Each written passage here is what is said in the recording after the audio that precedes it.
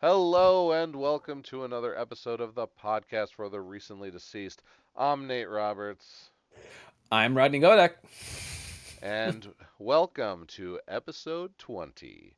Yeah. Um, yeah, this it's a milestone for us, and we we unfortunately picked two uh, heavy, controversial Sundance official selections. We Right. thought they'd be good, a good pair anyway. Um, and I guess It's they funny they that you were. have your X shirt on because Yeah. if I worn mine, it would have been XX for 20. Oh, there you go. And also would have been representative of what they would give these if they were on a reality game show, talent show hosted on the television network. There'd be two X's on these fucking films. Yeah, so look, I was excited. I think whenever we even talked about it last week, you had mentioned it on last week's stream, didn't you? That we were going to be doing this. Yeah, What did we? Yeah, yeah. I think we picked these or before maybe it the was end of. after the fact. It might have been right after, but we definitely posted Yeah, pretty quickly. pretty early. Yeah, Yeah. and I was kind of pumped because I remember You Won't Be Alone. I was like, oh, Numi, horror drama, period piece, exciting. And then we're all going to the World's Fair. Had hype, rave critic reviews, and I was like, cool. I didn't look into either of them, and I was very excited. And in this line of wait, this isn't a line of work. In this line of leisure activity, I don't know. There's with it inherent risk that one takes when you're approaching art forms and films of this nature, and so I think that overall, I think for both of us, the expectations, reality did not live up to the expectations of what we wanted to get out of these films for each of us. Is that fair? Yeah, that's a fair statement because I definitely liked one a little more than you did. I think we're both gonna poo-poo on the other one. But yeah, I definitely had high hopes for both films, especially the New Me Rapace Hmm. movie, You Won't Be Alone. And I think before we even get started talking about the movies individually, we can definitely say that both of these films are definitely being miscategorized as horror. Correct. They're I guess you could technically call them elevated horror, or Ugh. Ugh. that's the sub genre they're trying to sneak into with the word horror being associated with these films. I honestly think they're tacking that word on there just to appeal to a broader audience. The only horror you get out of You Which Won't is Be insane of an idea because typically, if you want something to not get attention or any awareness, you attach horror to it because everyone's like, "Oh, right. fuck that." No. Right. Well, that that sp- that spreadsheet you showed me with what's going on in the film industry, like horror is like Oh, right. one of the few Yeah, it's growth spiking. markets right now. Yeah. Yeah, that's Um. fair. So you won't be But I alone. agree. Both of these are very dramatically filmed and narratives or stories. And so the horror elements are sort of a set dressing or an environment for a dramatic Right. story to be told. And that is not characteristically what we want to be talking about or discussing or getting into. Clearly, when we're getting hyped and pumped and talking about, Scream franchise and Yeah. Chainsaw and Halloween and all that, it's not that we are basic bro Halloween guys. It's just that those are films that you should be having fun and should be a pleasant viewing experience because of its what it does with the genre and the tropes that exist in the genre, how it dabbles or plays with it. There's certain criteria that we look for in those films, and these films will not really get into hardly any of it. And in fact, the one that we're gonna be both probably more into overall has the elements that it takes from horror we are really into and did like, I think. Oh, So, absolutely. Yeah. We're going to talk about World's Fair first, but when we talk about You Won't Be Alone, I mean this was a great movie. It was not a great horror movie, but it was a very good movie. Um, and why we'll get to in a moment. But let's first start with we're all going to the World's Fair. And we're Um, all going to remind you, please like and subscribe. Smash that bell button for notifications on all future episodes. And of course, as always, these are riddled with spoilers of the films. And so if you would like, watch these beforehand. But I would suggest in this special episode, let us save you the trouble of wasting your fucking time and just listen to us bitch about these movies and don't watch them. we're all going to the World's Fair. Written and directed by Jane Schoenbrunn. Schoenbrunn. Hopefully, I pronounced that correctly. Alone in her attic bedroom, teenager Casey becomes immersed in an online role playing horror game wherein she begins to document the changes that may or may not be happening to her. I would give this a fair description. I would also say that it's it's also not good. Like it's a fair description Uh-huh. of the movie, but it's not a good description of the movie. They Well, could it's have that sort of like ambivalence that it has sort of comes through in the film itself, where for me it's like we're not really sure what you should think or feel, and I'm not really gonna help you as a film. I'm not gonna necessarily lead you to water or teach you how to fish. It's yeah, like it's I feel like it characterizes the feelings that I got after watching the film, right. that it's sort of it's not fully committed one way or the other. Oh, may or may not be happening. Question mark? Shrug. Yes, may or may not be a good movie. Uh, okay. Honorable mention: Anna Cobb, excellent performance in the role of Casey. You were the best part about this movie. Great job. Yeah, this movie needed a strong lead or protagonist because the majority of this film takes place with this character going through the events. And it's not as if it's a monologue, but there's very limited scope as far as uh, the devices that the film uses to convey the story.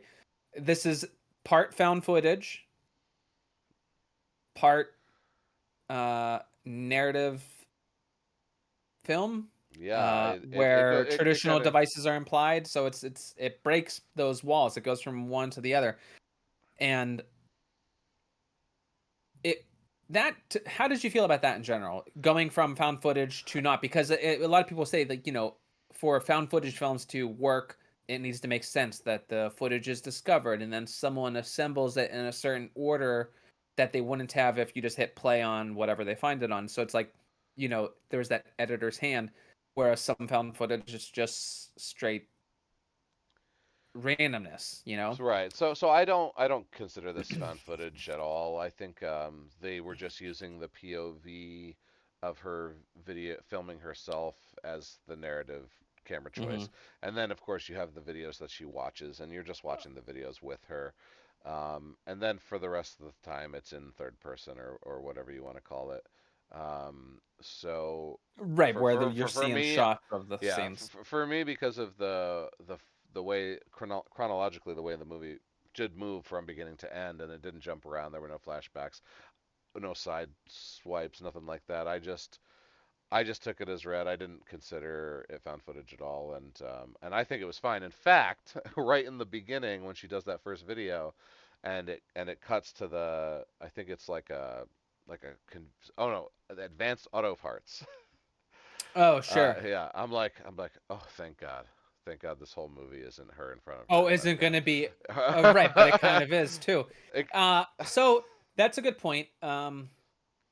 So for me, the breaking of those elements, it seems like it was a necessary way in which to tell the story with and to live in the environment and to be about that environment, because it's about online role playing horror game, and how this character is interacting with the world, how they're seeing the world. It's heavily in this environment that we are in doing this podcast.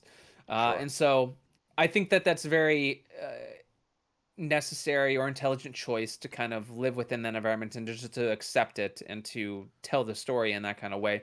The trouble with it though is that it's very boring or restrictive to what you can communicate or convey because it's so broken down and stripped down to just like the simplicity of what's going on behind me right now. Like Yeah. we have set dressings to make this get distracted and have fun with some of the bullshit that's around us because it's kind of like little eye candy distractions. Yeah. This film doesn't give a fuck about that. Right, right. So like we were saying before we started, I tried to watch the scenery as often as possible for Easter eggs and clues, and even the end scene I watched a second time just to see if I could glean anything, and there was nothing. Um, Right. you literally can just stare at the actor on the screen the entire time because there are no clues, there are no Easter eggs. You know, Well, you and that's funny too. This whole almost this whole thing you could just listen to as an audiobook and not see any imagery on the screen because I don't think it really does a whole lot one way or yeah, the other to uh, it's and that's what I think is ultimately most frustrating. It's not using film as a device in which to strengthen the impact of the story that it's telling. To me, there's not enough directorial authorship with it's that's a disingenuous thing for me to say because clearly what's presented was intended to look the way it looks. right, Correct. sure, There's budget restraints right, clearly right, because it is indie, very low budget. Um, so they wanted it to look the way that they wanted it to look. It's just that I think they're using it as not necessarily a cop out, but it existing and looking the way it does gives them the license to not care about some things that a different kind of film would need to care about and put relevance in the stuff. Like you said, you can't glean things from the environment, um,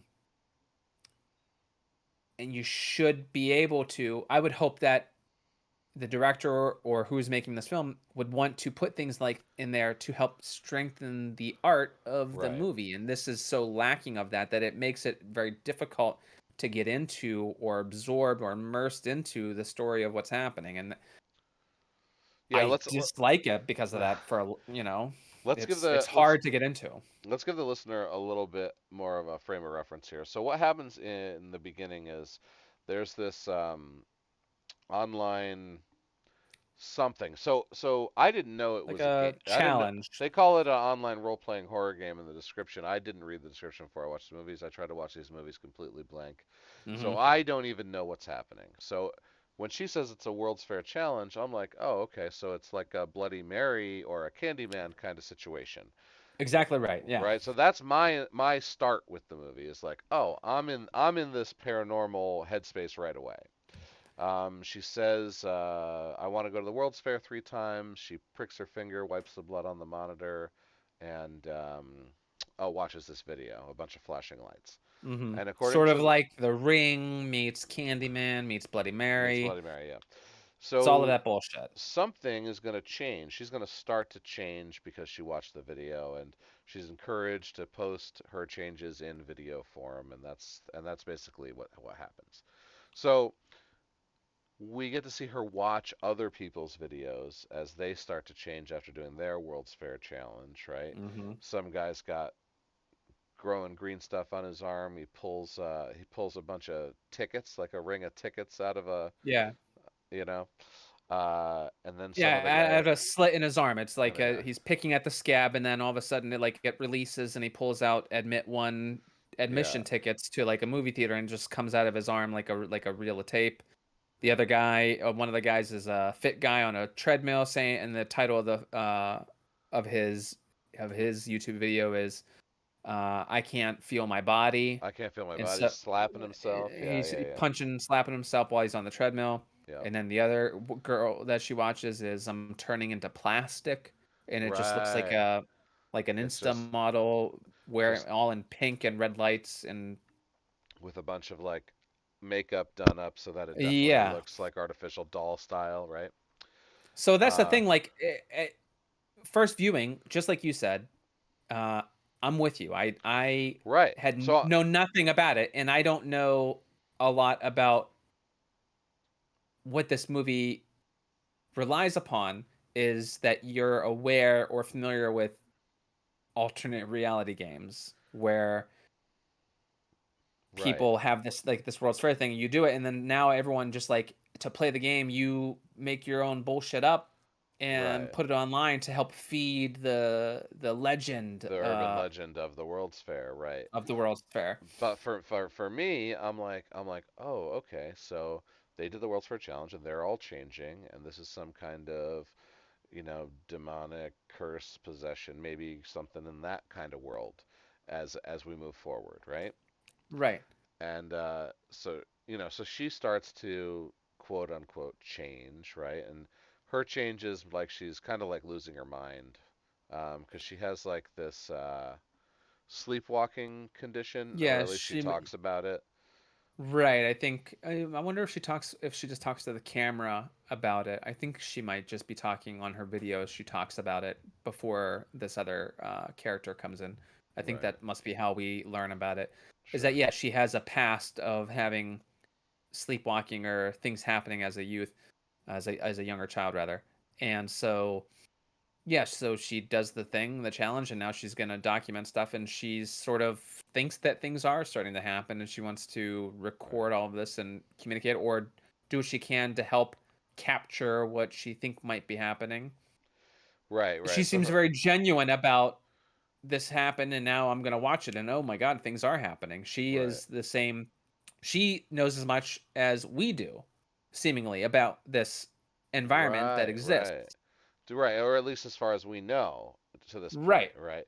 So her first video, she brings up the sleepwalking thing and how she like feels like out of body, and how she's starting to feel it when she's awake. She's starting to right. feel out of body, like she's not herself, like she's changing, and she's scared. And like that's her And first like she little. can it's like she's watching herself from the other side of the room. She can see things happening to her, but she can't do anything about the things that are happening. Yeah. Uh, and that kind of feelings. And so the environment for the film, and this is important, is there's very few characters. It's mostly her. She did this challenge. Now she's watching videos on the challenge, and her home life. It's just her and seemingly her father, who you never see on screen, but is sort of this oppressive voice from downstairs that she's Yeah. always careful and quiet of while she's doing her videos in her bedroom, which is in the sort of attic dormery Yeah, it type looks like space. a attic space, yeah. And so the other thing that helps clue you into this sort of isolation feeling is that this is a winter environment. Maybe it's Midwest, maybe it's the Great Plains or in the Northeast. It doesn't really matter. I don't think it talks about it specifically. But the only outdoor shots we see are like those urban sprawls of like strip malls or actual malls and just cold winter bleakness. And it's depressing as hell. Like it's like Yeah. I recognize all this. I feel like shit in these environments. We're just getting out of it now, Yeah. and thank God, because this was a bad one. I just it dragged on for me. But Yeah, it was a long one. I wouldn't say like so bad, but long. yeah, it seemed long. It's just it's important to note because it helps drive the gross feeling and isolation and depression that you could see this girl suffering from because of what she's doing. Like, to just be sitting in front of the fucking computer watching random YouTube rabbit hole videos on this bullshit stuff. Like, I've been there, I've done that. Like, it sucks. It's when you get into a depressive state, it feeds it, but it's not in a healthy way. It just makes you get more and more and more detached. And then it being winter, it's just and nothing good can come from it unless there's other external forces or something that snaps you out of those environments, and it doesn't look like she has any of that. So Right. I will say that those elements existing in this do make it feel very hopeless and dire or desperate, you know. Yeah, oh yeah. No, I agree. Like I said, there were elements of this movie that I really enjoyed, but they were few and far between, and they were details, right? They Hmm. weren't they weren't like plot, like the I mean, like the it wasn't like I enjoyed the story. I didn't enjoy the story, but I Yeah, it's not really that. enjoyed this one scene, or I really enjoyed the setting, or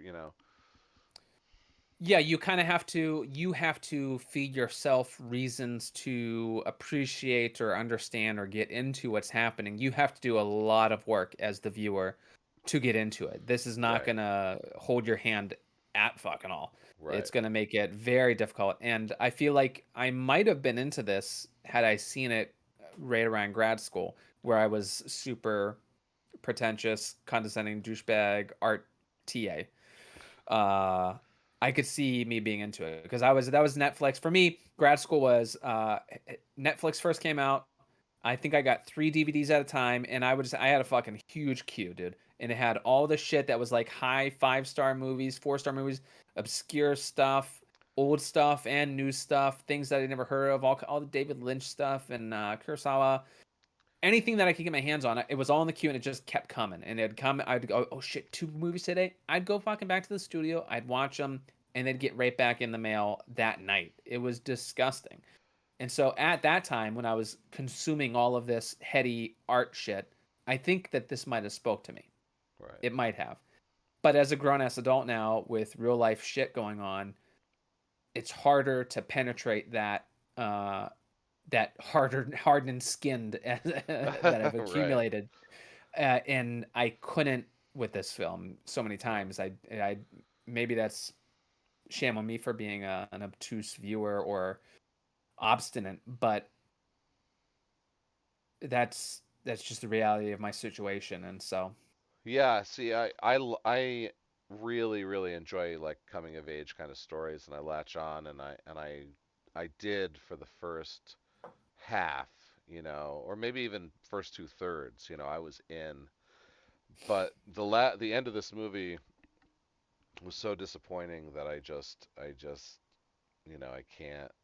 can't support it.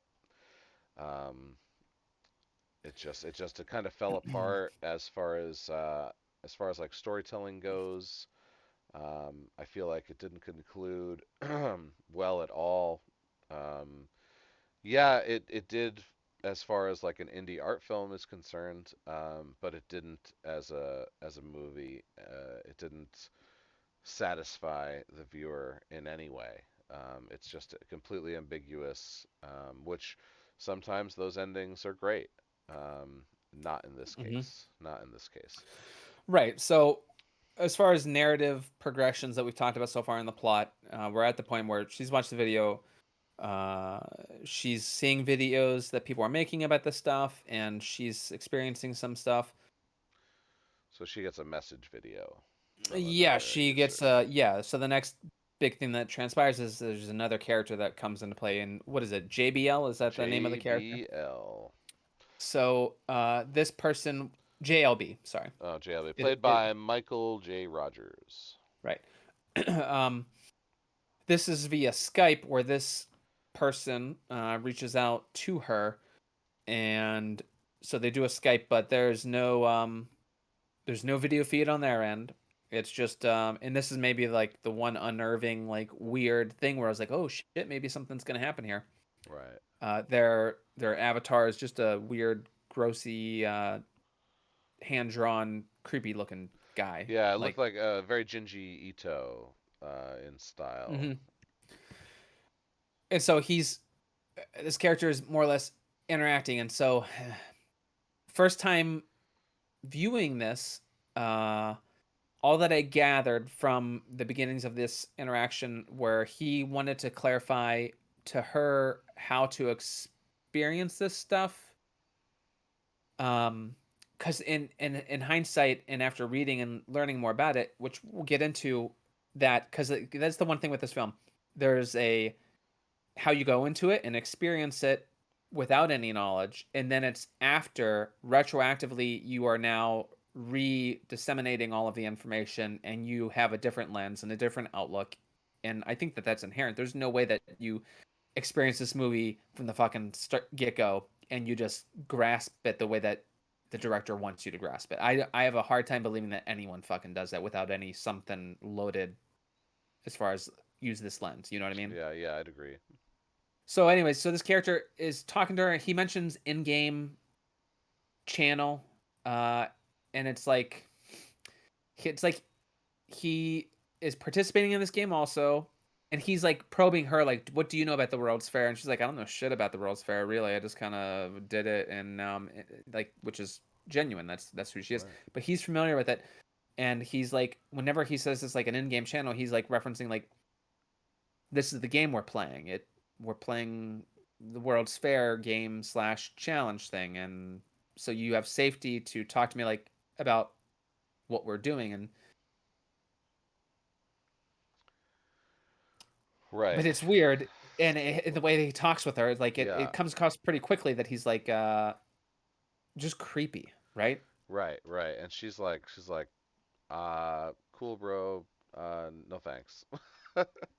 Like, he says it's a game, and she probably gets it, but she's like, uh, she doesn't agree with anything he says, right? She's not like, Yeah, she's yeah, just listening yeah, and she's like trying to understand because like, and that's the one that it was an interesting scene because it's you don't see his video feed, you just see hers, and so she's like constantly kind of like looking around like on a video chat like this.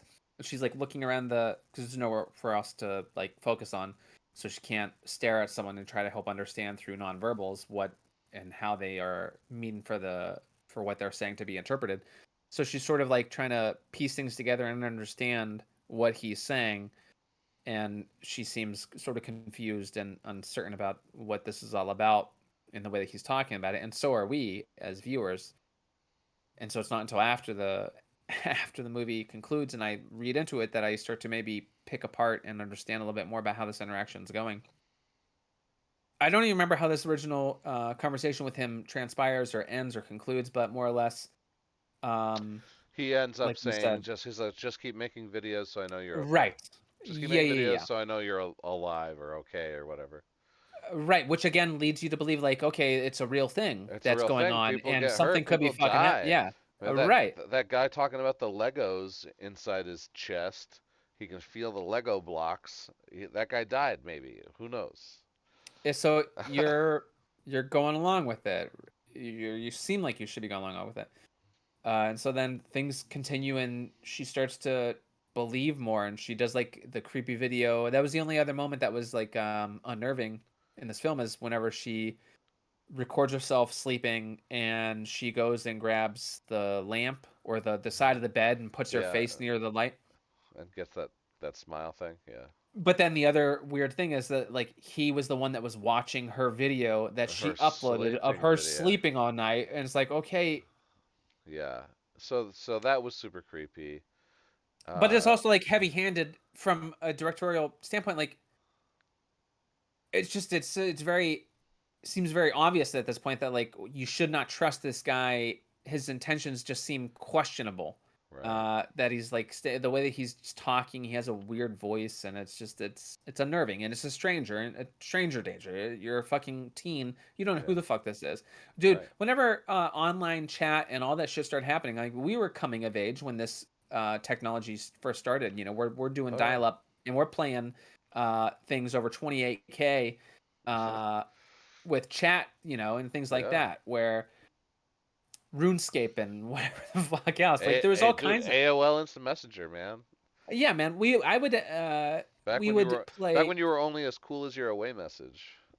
Oh yeah, of course. Yeah, that was excellent. Uh, that's so funny.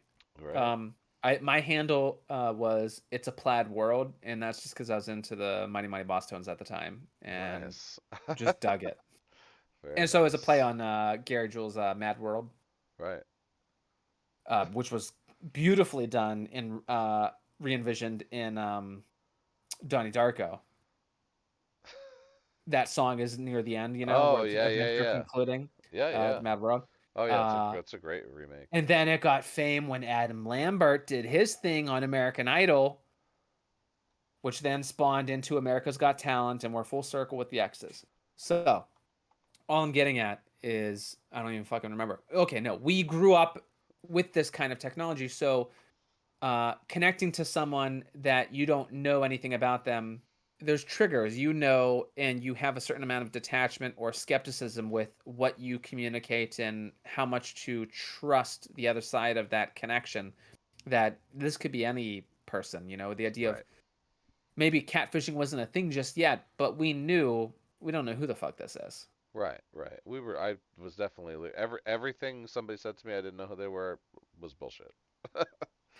And so a small little sidebar here that also makes me question this film is now, correct? Right. Should be, right? So the idea that someone is communicating with a stranger and they're not aware of all the potential harm and things that could arise, or to be hoodwinked, so to speak, with developing a relationship with a it's like, not to buy into what they're selling, right?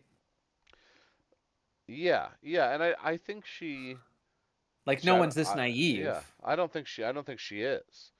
And I definitely don't think she buys it for a second. Like you as the viewer, you're maybe not sure, because maybe she's playing along for the sake of the game, Right. which once again, we don't know is a game as the viewer No. unless you read that director's statement. You're like, this is still possibly paranormal and possibly this girl's losing her mind. Like never once did I think that she was making her own fictional YouTube videos to play along with this concept of the World's Fair urban legend. Yeah, and so, like, yeah, that's the thing that we're getting at here is, we were very careful early on, but that's the crux of what is difficult about approaching this film. Uh, you're presented with information, and at face value, as an uninformed viewer coming into it cold, that isn't familiar with this niche area of internet sensational alternative reality gaming, you take it for what it presents itself as a thing that you watch, and then weird shit could happen. And as much as that's a fantastical supernatural paranormal experience, it's a horror film, is what I've been told. And so Yeah, that's that's what I'm going to view it as. You said it's a it's horror. So yeah. the idea that you're presenting potential paranormal supernatural things, okay, so there's a chance that that's really what exists in this world that I'm being presented. So why wouldn't I think that? They even reference Paranormal Activity like two or three times uh, Right. in in in reference to what's happening to Casey, and so you're like, yeah, okay, cool, all right, I'm in, let's do this. and and so whenever it's after the fact and I'm looking into it now, I'm reading, it's like, oh, okay, so actually I'm just a fucking idiot. And I feel stupid because I didn't get the fucking joke that she knew the whole time, or you want me to believe that she knew the whole time, or everyone knew the whole time. Like, I didn't fucking know. So now Right. I feel stupid because I wasn't part of it. And that's a shitty feeling. Yeah, yeah. I mean, it sucks to spend 90 minutes on a movie classified as horror. Now, you classify this as drama, you take the horror off of it. I'm watching a completely different movie from a completely different angle. Yeah. Um, but you throw that word horror on there, and my expectations change, and this movie, when uh, it delivers nothing but disappointment in that. Um, never once was it scary. Never once was it creepy. Never once was there gore. Never once was there a monster. This is a real life drama about a girl um, playing along with a creepypasta style alternative reality role playing game uh, on YouTube, and try some potential predator tries to integrate himself, Groom, groom her, more or less. yeah, get into her life somehow to do God knows what, and she recognizes it and bails. The end. uh, Yeah. so like literally nothing happens. I mean, when I said there's no plot earlier, there's no plot. It goes from like one cool kind of scene to a bunch of boring scenes, and then another cool scene, and it has moments, especially when you're still anticipating horror. Hmm. And they don't throw the horror out the window until it's over. So you're anticipating until the end, and then the end comes, and you're like, oh, Right. okay, Yeah. wow, It's that. It's a very deflating yeah, climax to the movie when I've been led along to feel a certain way, and it's fucked up. it's fucked up. All right, so let's discuss the end real quick, and then I think we can knock this thing out, right? Oh, sweet. All right. All right, Well, there's so yeah, there's a few other things that I wanted to say about it, but oh, yeah, okay, let's all do right, that. okay, No, no, no. Let's continue. Let's tie it up. all right, so she and JBL, whatever, JLB. Yeah, you're right. have another conversation where he breaks character and is worried about her depression and maybe she'll kill herself. To where she like starts laughing. What are you fucking ridiculous? Of course I know this is a game. You stupid fuck. One of these days I'm gonna disappear and you'll never see me again. And then she disconnects. She texts him, don't ever call me again. Then she texts the word pedophile. Right. Then we get a video of her face flashing all sorts of weird colors, and it goes black. Then we get Which was also in the opening. It's not as if right, something that we don't interpret that as something happening. That was how that was what she looked like when the video is playing. When she watches the World Survey video, it just strobes a bunch of different colors on screen, and you just see right, her face changing with the colors that are flashing on it. So it was more or less just a callback to that imagery, where okay, that's an artful thing. Think about whatever. right. So then we get JLB at his computer, recording a monologue of almost like a journal entry, or maybe it's another video, to where he says that she disappeared, and then a year later she messaged him, said she recognized everything that was happening, and that she was sorry that she disappeared, and sorry for the things that she said, and that they met up in the city, and they had pizza, and then they went to the train, and then they did something else before they left, and then they parted ways and went home, and maybe they'll see each other again, maybe they won't. Um, and maybe this guy isn't a fucking pedophile. Okay. And then it goes to credits. Okay, now so this is the scene I watched twice. I was like, what the fuck? I was like, I just watched 90 minutes? Motherfuckers. So I went back to the beginning of that monologue and I watched every inch of that room and the room behind it while he was recording that for any kind of clue. You got creepy drawing on the wall. I saw a couple weird things, but like there was nothing there to imply he found her, kidnapped her, she's in the house somewhere. That's the end of her story. Right. Uh, that that actually did happen. That the pizza story was real. That you know, and according to what Rodney read, he's going to elaborate here on in a second. Is like he just made this story up to kind of conclude it in his own mind. Or you're looking also to see like, okay, now the World's Fair is gonna come get him, and something's gonna happen, Right. and it's gonna like, and now like you're gonna see like, oh, the something happens here, and it's like now it's the entity or the thing is in his Yeah. room. It's none of that shit. It's none of that stuff, and this monologue is not clear in any way as to what happened to Casey, which I guess is fine because Casey just said, "I'm going to disappear and you're never going to hear from me again." Okay, sure. What she said happened. That's fine. Why are we going back to JLB? Why didn't it just go to credits after her little disappear video? That was the callback to the lights. Why do we get this JLB wrap up if it doesn't do anything but cause more confusion for the viewer? It doesn't help unless what he's saying is true. Then it helps. But because his character is so creepy and the events unfolded the way they did, and there's no proof, there's no picture of the two of them stuck in a stuck in a fucking, pinned up to a cork board behind him while he's recording this Right. video. Because I checked.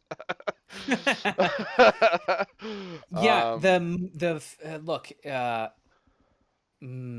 films are have the right to leave things open ended and to not be certain how things are gonna end up for your lead characters. There's no point in trying to recall certain ones because it happens all the fucking time where yeah, you're not really sure and you can interpret it going off into the sunset as a positive thing. Okay, so like the one that I think of, like No Country for Old Men. Did you care for that? yeah, yeah. Love No Country.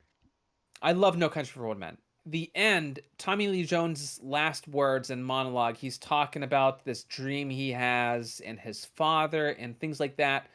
And you don't ever see what happens with Javier Bardem's character, but the way that Tommy Lee Jones delivers those final lines, it's heavily implied, and you're concerned that it's just a matter of time before Javier Bardem's character comes and snuffs him out and like just finishes up his storyline, and like the idea of death or overwhelming dread is there, and you don't see anything happen, but you know that that's probably what's going to happen, but maybe not. It could have been a hopeful type thing. Anyways, that kind of stuff is, it's beautiful, it's artful, it's well done, and it's exciting, and it leaves you like ruminating about it.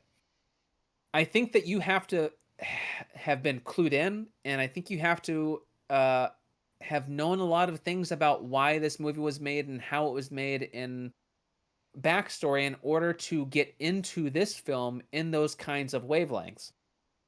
Because at face value, it doesn't do it, and so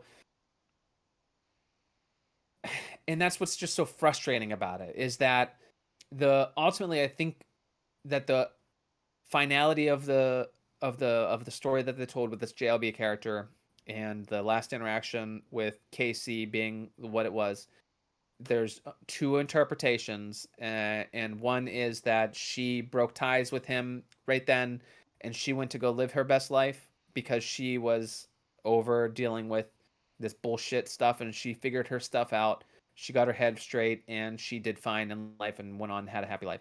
That's the glass half full outlook. The glass half empty outlook is that the the video that she recorded about having an idea, finding her father's gun in the shed out back, and fantasizing about killing him and then herself, murder suicide type fantasy. Uh, you could interpret her last words of saying disappearing and all that as that is going to be the event that transpired. Uh, and then the only way to interpret his words now is that he is still in this game and he wants to envision this different reality to him for himself that is a positive one. And so the only way to interpret that then as a viewer is that it's just gross and it's just his detachment and isolation and how weird and disgusting that is and how inappropriate it was for him to try to inject his himself into her life and the way that he did it under the context of this game and this fantasy. uh in general, the film wants you to feel those feelings of unease and questioning reality and not being sure what to think or feel. Like it wants to play with that and make you feel uncomfortable. um and I don't think it really cares how it resolves that for you. It just kind of like puts bad events and unfortunate events in front of you and you experience them, and that's all that they really wanted to do. And that's fine if that's your thing, but it doesn't make for a very engaging or fun. Not that film has to be fun, but like it's not a good. It's just there. It's not something Right. that I feel more whole or complete or fulfilled or that I've experienced something. Like I can go watch something or see something and get depressed and feel like shit all over the place. I see that all the time. Watch TikTok videos for a fucking couple minutes. uh this is like the same outcome. Is Yeah. like, yes, I know that this kind of shitty thing exists. Are there solutions presented here? No. uh what's the hope that I should have? Like we've seen films like this that like Slapface. had like those things at Right. the end. If you're experiencing abuse and things like that or self harm, Yeah. reach out. This film didn't do that. So like, and whereas that helped me understand and interpret Slapface, which it could, but like Slapface was also very evident that hey, this is what we're dealing with, and this is it Yeah. led you there and did it artfully. I look back at Slapface and I really wasn't like overall like happy about Slapface, but I'm like, Slapface was the fucking shit compared to this. Yeah. Slapface was great. Because I didn't Um. think it was anything amazing or over the top grandiose statement. It was just like, this is a thing, and we're gonna tell a cool story with this thing. Yeah. And what's fair is like there's a thing, we're not helping you get to figuring out the thing, and that's Yeah. where I feel it's like it's frustrating. And Here's a thing. It could be this, this, this, or this. We're not going to tell you. It's only going to get more confusing as it goes on, and completely ambiguous when we wrap it up whenever you find out what I really meant, you're gonna feel like a fucking idiot because you didn't get it. because you didn't get it. Oh, and if you and like and that's what's ultimately so annoying. So look, I can admire a lot of what they tried to do. I think that it's ambitious. Some of the decisions, and obviously the lead, Anna Cobb, was Oh, awesome. she was phenomenal. Um, there was weirdness in like the accent that kind of slipped in and slipped out. It was almost like, was it just like overdone teenage girl talking like weird and cutesy voice, or was it like there's like a different uh regional dialect or where maybe English wasn't first language? I Couldn't think she tell. I, I think she was just young and talked funny Right, sometimes. Like obviously the actress was not, but I think she was playing like right. 13, 14. Like she was definitely not 16. She was definitely like young teenager. I don't think they ever said, but that's my interpretation She based mentioned on. high school, and so I think that Should it say high or well, school? she mentioned Yeah. my school. You're right. No, I can't remember Yeah. when she did a video in the cemetery, and she's like, "There's my lockers, and here's my such Oh and such." yeah, yeah, yeah. That was a good I was video. like, "Yeah, that was a good video." And when you look back, like after you talk about it, you look back, you're like, "Okay, there's things that are happening in this that are kind of interesting, but just over like it's I shouldn't have to fucking I don't know. Yeah. It could just be that I didn't get it, and it's just I feel like people that did get it, I think would look down on me for not getting it. Like that uh, I'm just not smart enough or aware enough or whatever enough.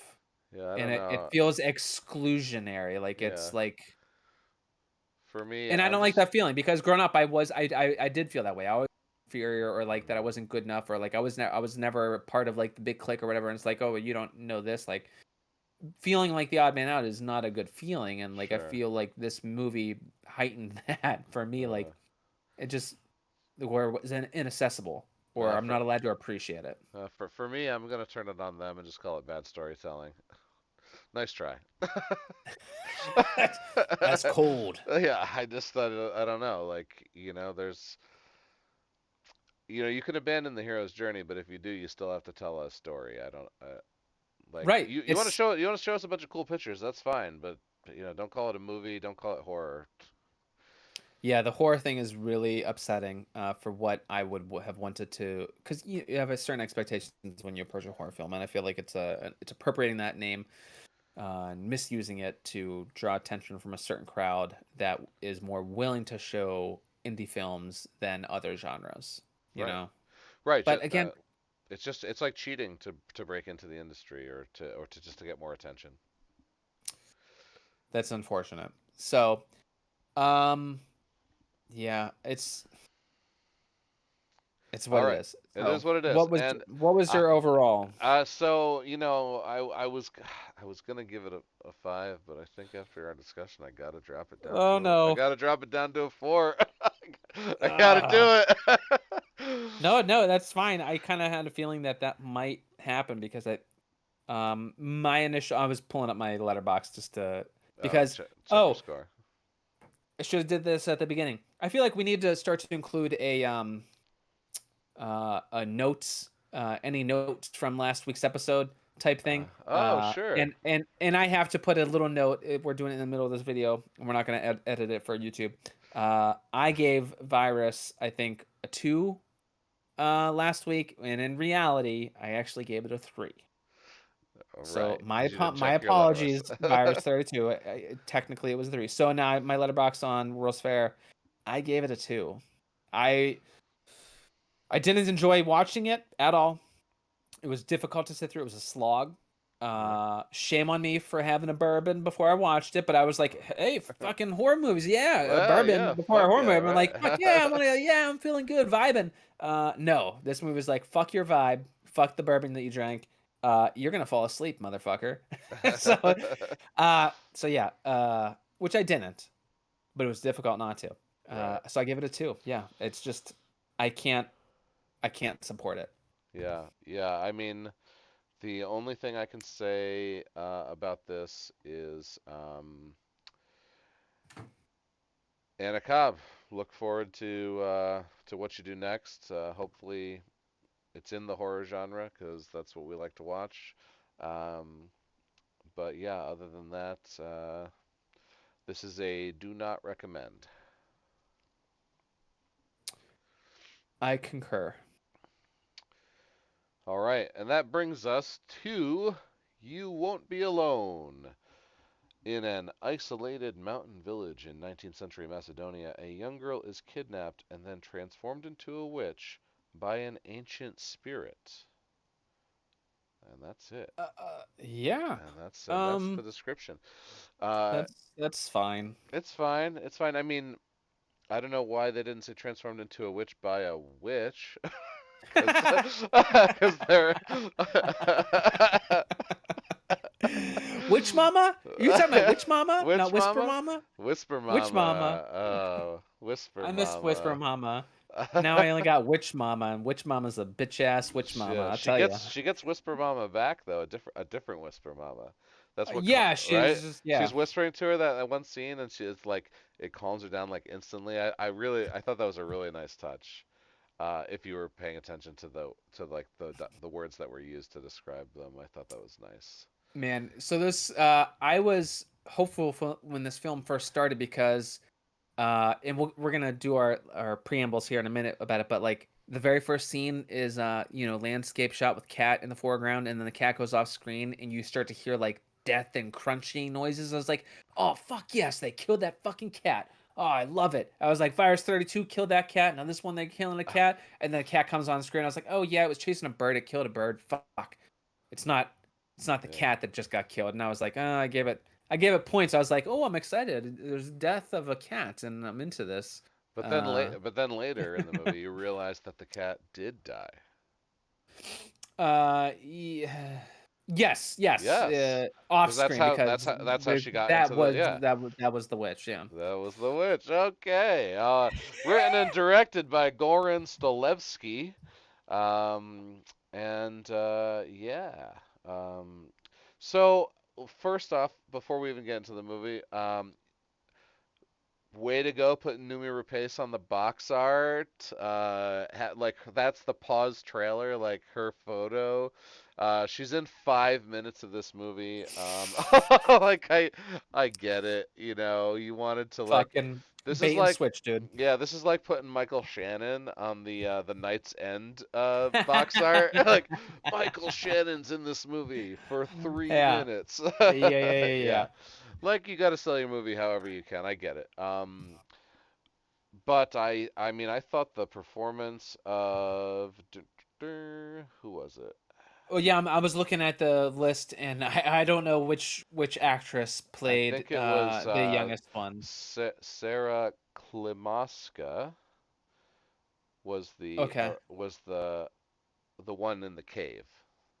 I don't know, man, because Yeah, I think so. not saying all these Macedonian women look alike, but they kind of fucking do, Right. man. Like, Yeah, like, yeah, which one is this? yeah, I feel bad. I can't tell. yeah.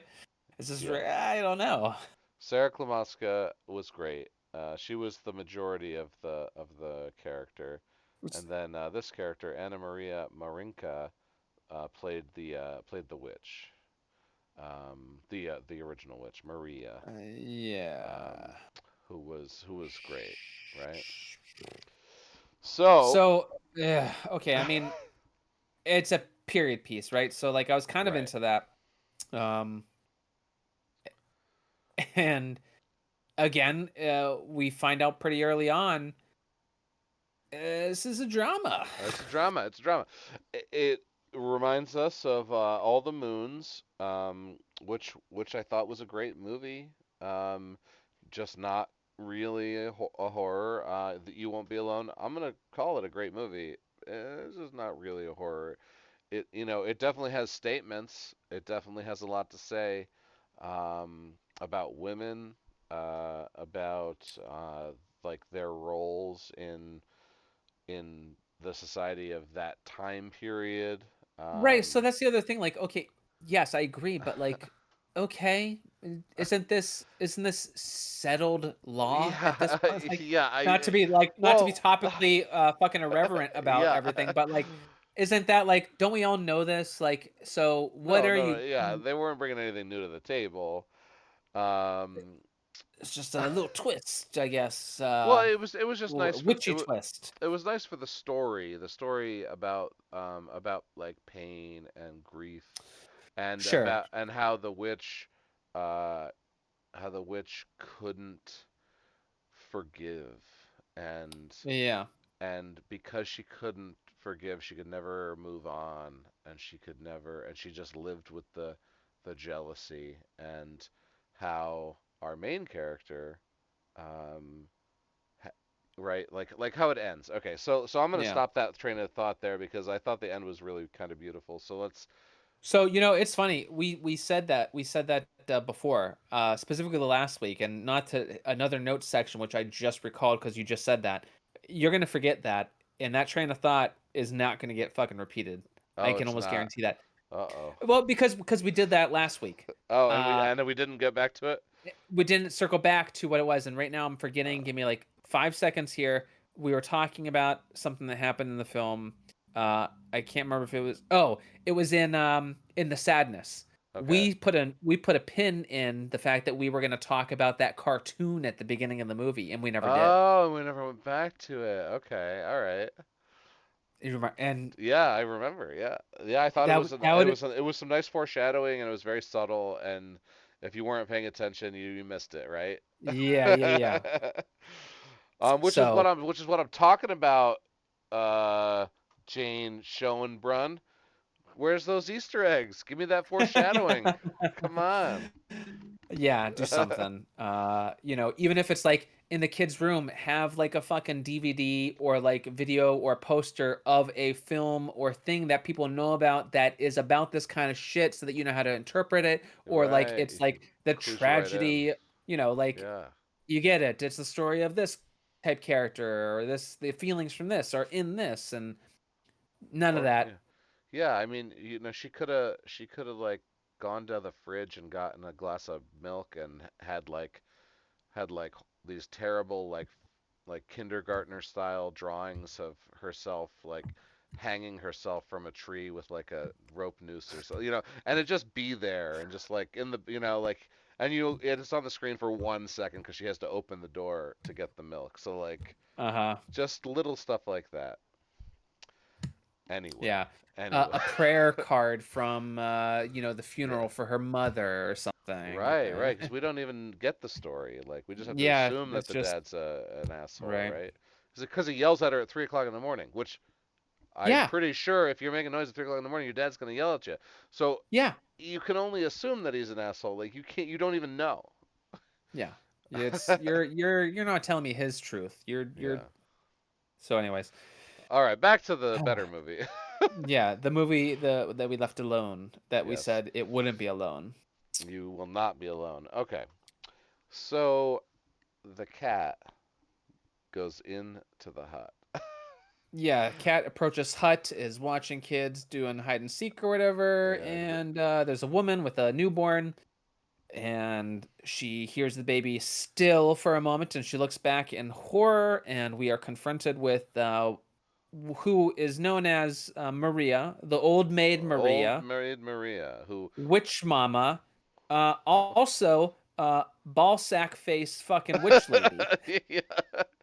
Yes. because And clearly any of the Deadpool insults the Deadpool films. Yeah, You can throw at old maid Maria and you'll be fine. because it's burn victim Victim, makeup, yeah, head to toe. and it's all, yeah, head to toe. And you're definitely you know exactly what this is, and there's no shock value when the flashback comes and they show you that she gets burned. Like Right. I feel like I never once thought that it wasn't burn makeup, or like a Well, so okay, right. So the validity. Are you saying? Did you dislike the flashback? no, no. I'm just saying I wasn't. I didn't get any like, oh, that's how she looks like Oh, that, yeah, yeah, yeah.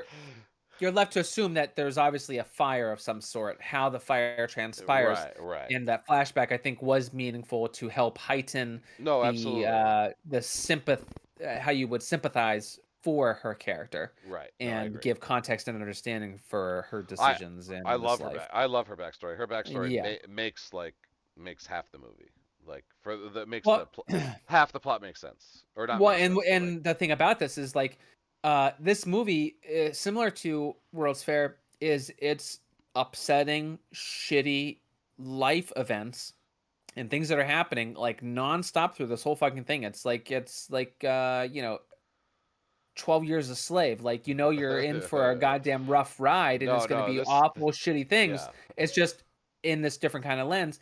But this film is going to be doing things in an artful manner that is engaging to watch or to see or to think about Oh, and use symbolism and all of this other stuff that World's Fair is like, nah, fuck that. this movie So, is gorgeous to watch. The soundtrack's fantastic. All the acting is top notch. Like, oh, okay, sidebar. I will give credit to World's Fair. There was some use of sound in the oh, soundtrack, and that was good. We didn't oh, mention that that's at true. all. We didn't mention that. World's Fair The soundtrack was score great. was pretty good. It was Yeah, pretty great. it was very good. Yeah, I So, totally agree with you. yeah. We did kind of glaze over it. Right, but so this film is using all of the tools in the belt to communicate this story. Even if it's a stripped down, simple story of drama in a horror environment of, like you said, forgiveness, of what is the meaning of life or what do you get of life, of gender roles in this period of time. Like, all of those things are simple, stripped down types elements, but they're going to be told in a very artful, deliberate, beautiful manner. Yes. So these kids actually start. Uh, I wouldn't want to say like making fun of the the mother of this child, but they definitely like throw maybe rocks or some they throw things at her and or her hut.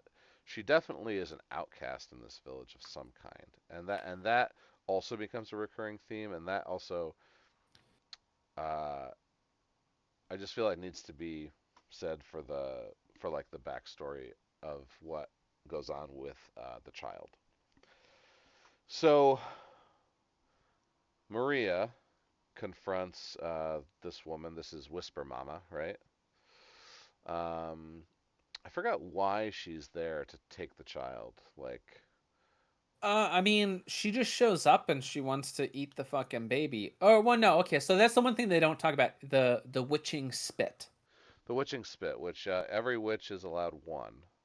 Yes, you're allowed Uh, one witching spit, and what we'll gather through the film, which isn't overt at the start, is that there's this sort of like how the Black Mamba has the 5-point exploding heart palm technique.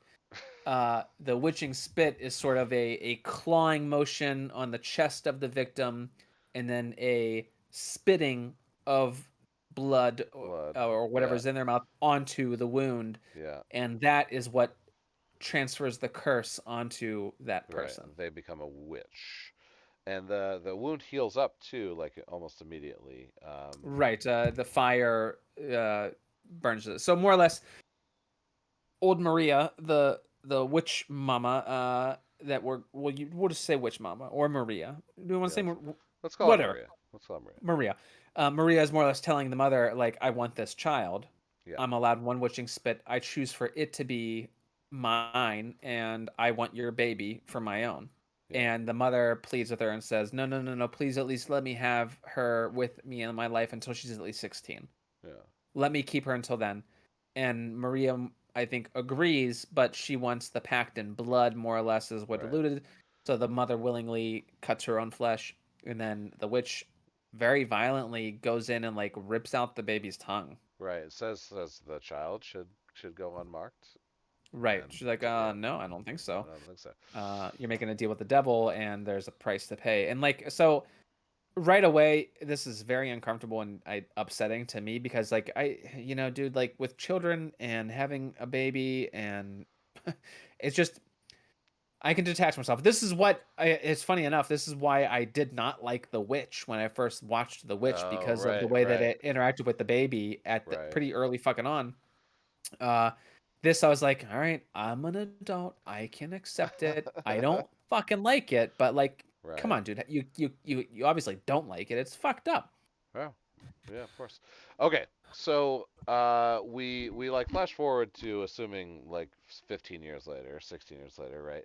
Yeah, pretty And quickly, yeah. yeah, she's like And much she like all the moons, they're not really yeah, gonna help you. Like it's just gonna be like, yeah, oh, okay, time jump, but not yeah. gonna put anything on there. So she's like in the leaves, in a cave. There's a couple holes in the cave on top where she can see the sun, and we get like a montage of her like playing with herself, like throwing leaves around. Playing with herself. Yeah, I yeah, she's playing I missed games. that.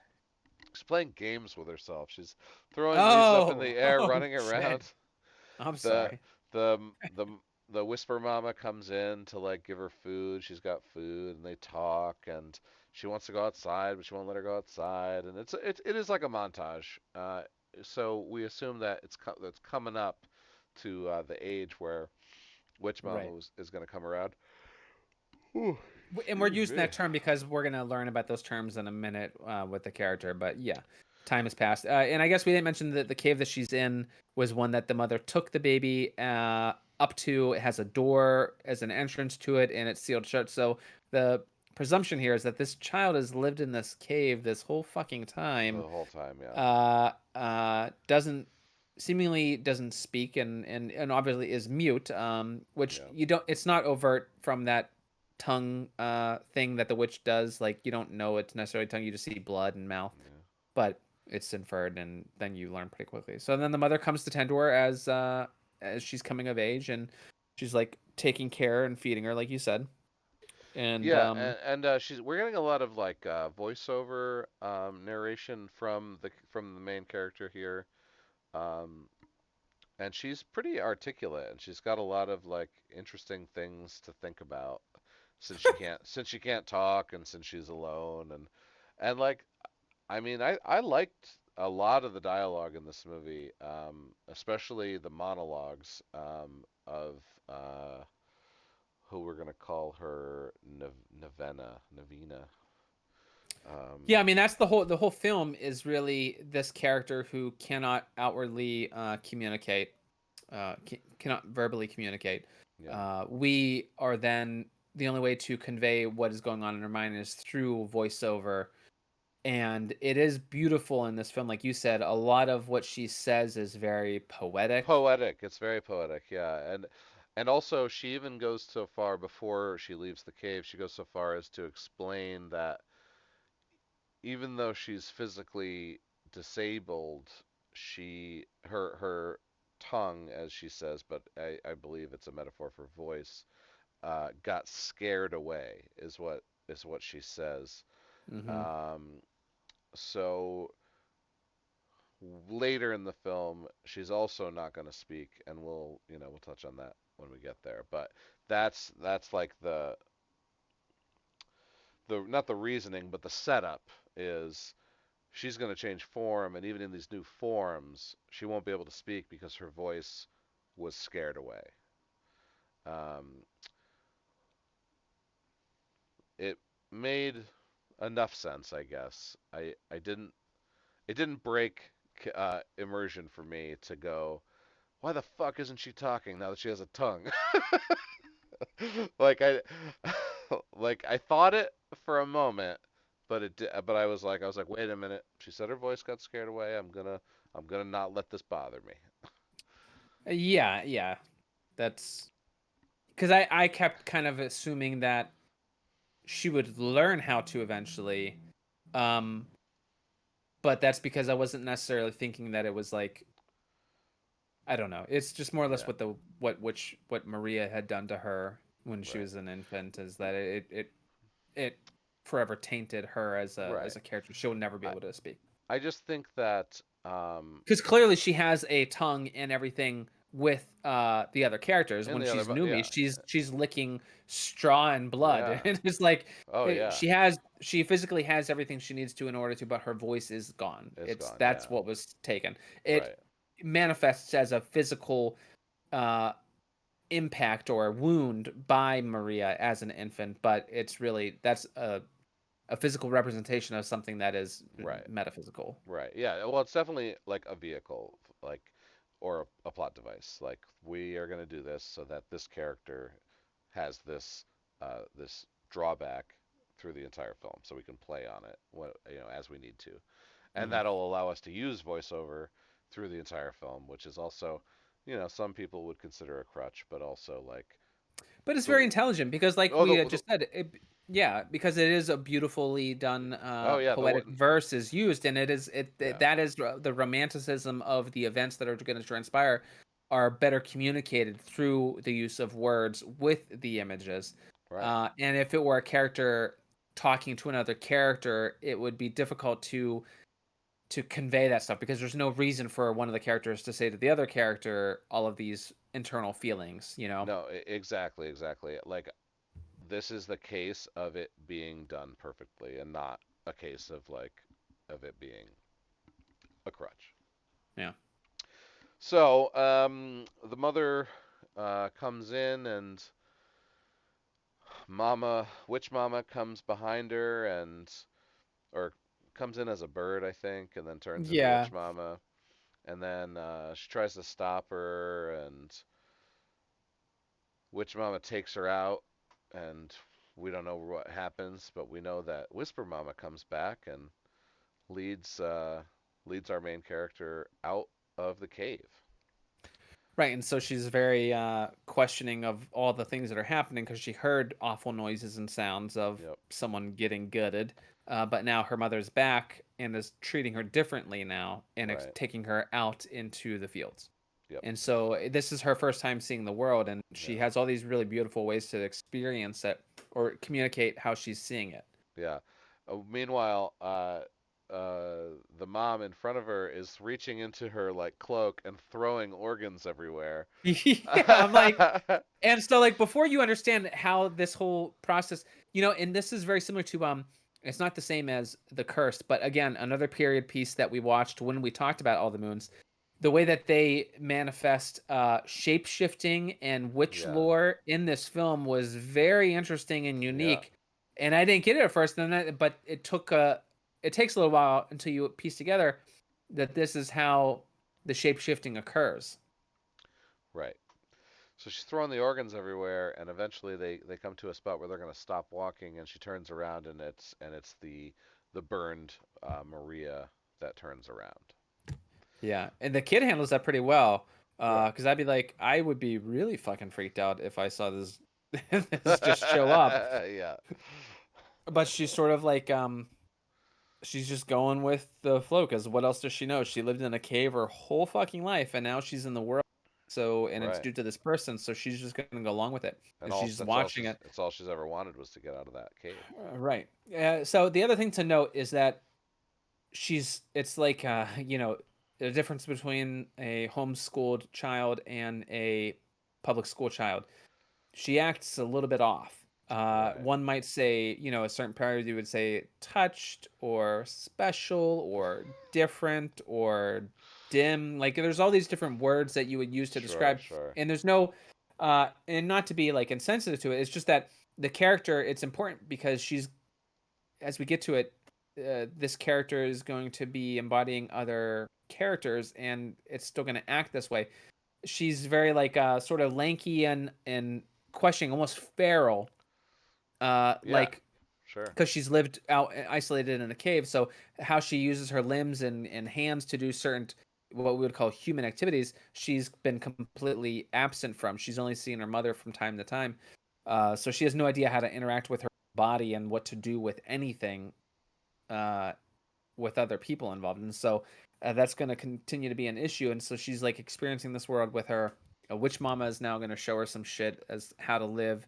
She shows her the need to consume blood, Yep. and that's what you need. You need blood, not playthings. But she's a child because she was never Right. grown to Right. learn She's how to playing be with the any other way. bunny. She's playing with the bunny. She just kills the bunny. Hmm. She tries to drink blood. She hates it. She takes the back of her head and shoves her face into the dead animal. Hmm. Um, So it's pretty soon here that she continues to not get it right. right. Our lead, and what are we saying? Nirvana, Yeah, I think Nirvana. Nirvana. Okay. Let's say the protagonist, The child. our hero and our Yeah. heroine.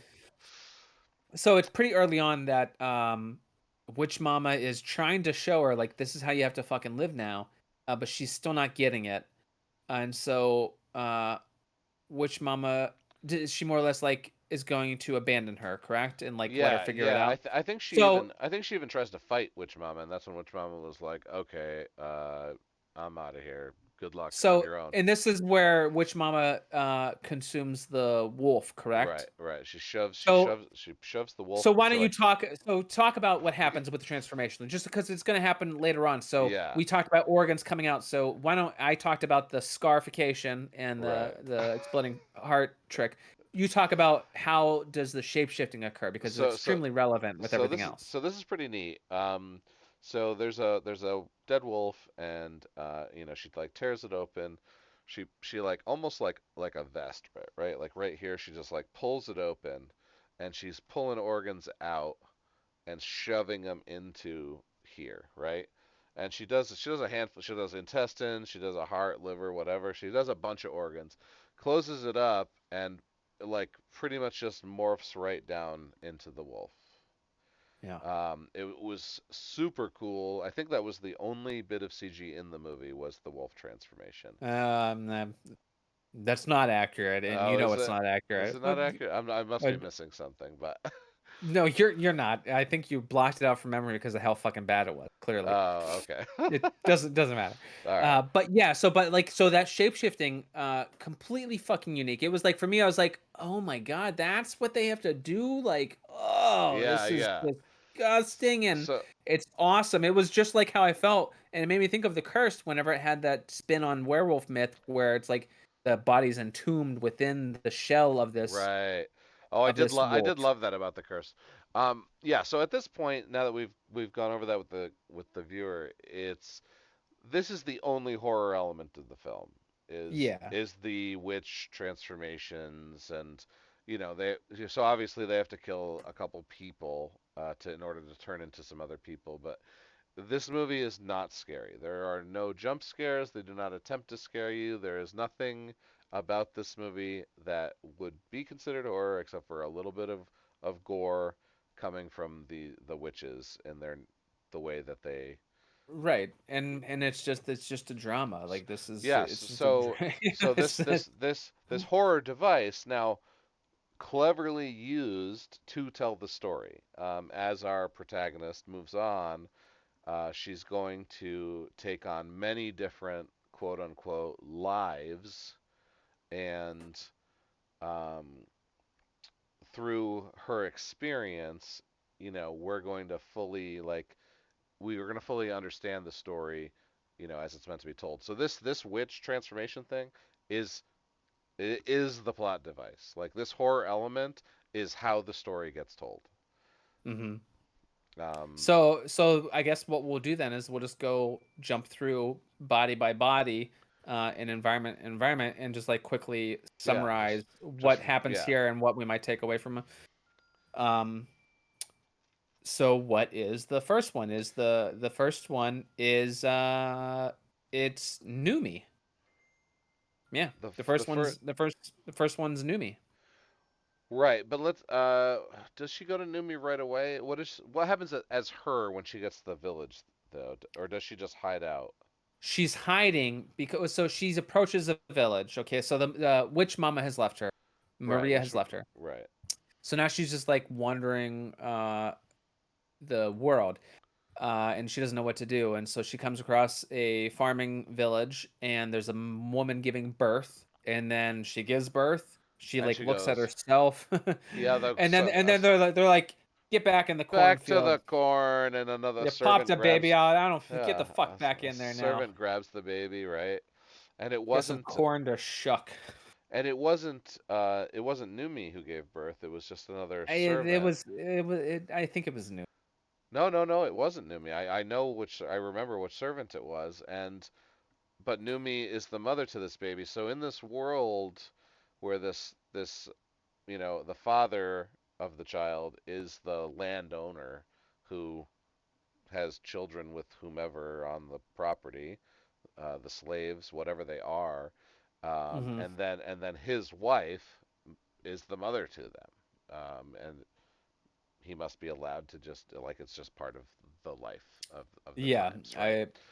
I mean, I would say you don't need to have a historical understanding of Right. the cultural norms in ancient Macedonia. Yeah. It's Right. you can kind of surmise that what you just described is something similar to what must have been going on. It's Right. fine. Uh, so But she sneaks into the she village after this sneaks in. happens. Yeah, she sneaks in. She sees a kid. The kid's like, "Who are you?" Because again, in her natural form, as a person that has this curse, she has long black fingernails. Right. Right. So she Yes. has them, and so the And kid and sees she has her. like Oh, a, a a dew spike. claw, Yeah. a Yeah. dew Yeah. claw. Yeah, yeah, yeah. There's like a dew claw type thing. And so the kid sees her, and I think she must see the fingernails because she can't hide those. She's her true self. And the kid screams, runs off, so she hides. And eventually she stumbles upon the baby in the bassinet in the Yeah. hay. And Numi Rapace confronts her and says, "Oh, well, what are you doing? Get away from the baby." Yeah. Because she's just kind of like intrigued. She's never seen a baby. She's like, "What is this?" And she's like interested. She's just inspecting it. Yeah. And Numi confronts her and falls on top of her. And that Dewclaw or whatever Yeah. ends up Yeah. getting Numi in the gut. Yeah. So she without even thinking about it just pulls some organs out and turns into Numi, completely naked, I believe, Yeah, she and ends up. Yeah, she ends up yeah, getting. Yeah, being naked. Yeah. and starts running around, and like the village has to like grab her, and they have to come up with an excuse why she is all of a sudden mute and insane, And and they say it's because of the childbirth and all that. they did say something like that. Maybe maybe Yeah, no, maybe I it thought was it was her Numi. baby. Maybe it was. Maybe she did actually have the baby. I could have sworn it was that other skinny. It But doesn't does matter. it It really doesn't matter. matter? It Yeah. doesn't really matter. So, uh, so she exists in this village as the matriarch, but who's a little crazy. For a while, we don't really know how long. They spend a lot of time where she's like, so she's a 16-year-old girl technically, and now she's embodying a full-fledged woman, 30, so 40 something, whatever year old woman. Right. Probably 30s, I guess is what you would have to presume. Doesn't matter. And technically, I don't want to imagine a lot of these women living to the age that they live in at this time period You're because right. No, no that's no true. health care, whatever. So, um, but she's acting like she did when she was in the thing, and so now Numi Rapace's character in this has got to be she's like dumbfounded and like in awe, and she doesn't know she can't talk, so she just like tries to mimic the facial motions, and she starts to interpret, and this is where you get more voiceover that describes interactions with human beings in this really awkward, sometimes beautiful way, where she's boiling down the social dynamics that exist in this farming village Right. as she sees it as it's Right. almost Where as she if says like alien women comes to are. the world and looks at what's going on. How would an alien perceive this environment? And here's how they describe it. When men come in room, men only want to see eye water, from a Right. woman. Right. Right. Woman's mouth stays shut when man is in room. Like it's Right. like boil it down like that. But when women are the only ones in the room, mouth never closes. Yeah, and it's like Uh, and it's said in this very staccato uh way that's like sharp and hurtful but beautiful in the same way. Yeah, yeah. I think she also does the. Does she do the river metaphor? I think here too. I think it's in the body where yeah. Yeah, No, I think it might be a different one, but it might be I the think it's different. not until it's Bologna. But either way, we can say it now. Like she's like a river, She's always flowing, always flowing, but but never but never moving. moving. Yeah, yeah. Always flowing, but never moving. So yeah, there's all Um, kinds of those romantic, yeah, poetic yeah. Very like words that really help you get into the feels of the movie. absolutely. So she learns how to sweep, and a couple. And that's the other thing too. That's kind of pretty ridiculous. Let's break them off for a second. Like, she's a grown ass adult, and now all of a sudden she doesn't know how to fucking even eat or to sweep or to Yeah, do the yeah. chores that she's been doing her whole fucking life. Obviously now she doesn't know how, and everyone's just like, "Yeah, it's fine." Well, and She's just the troubled. mother-in-law keeps covering up for her though, because Yeah, they must have a friendship, a kinship. Anyway, eventually the it felt kind of like a mice and men type thing, yeah where there's where George and Lenny. It's like yeah. George has always got to like make excuses, like. So eventually, the husband is gonna want some husband time, and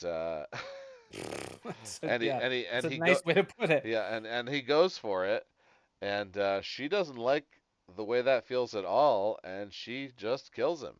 Her claws come out.